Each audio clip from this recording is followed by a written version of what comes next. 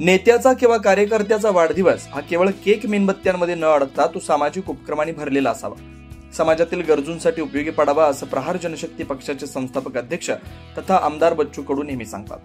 त्याच विचारांना मूर्तरूप देत प्रहार संघटनेचे शेतकरी नेते, माजी सभापती, कृषी उत्पन्न बाजार समिती तथा वर्धा यवतमाळ जिल्ह्याचे पक्ष निरीक्षक श्री मंगेशभाऊ देशमुख यांनी आपला वाढदिवस सामाजिक बांधिलकीतून मोठ्या उत्साहात साजरा केला.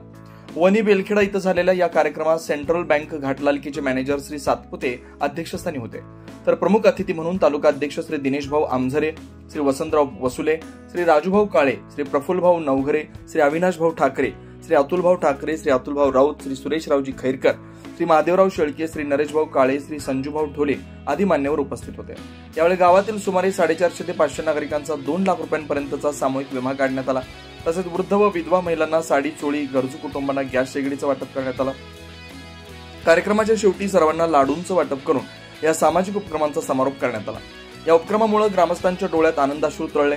बच्चू कडू यांच्या विचारांनी प्रेरित होऊन मंगेशभाऊ देशमुख यांनी साजरा केलेला हा वाढदिवस खऱ्या अर्थानं समाजसेवेचा उत्सव ठरला.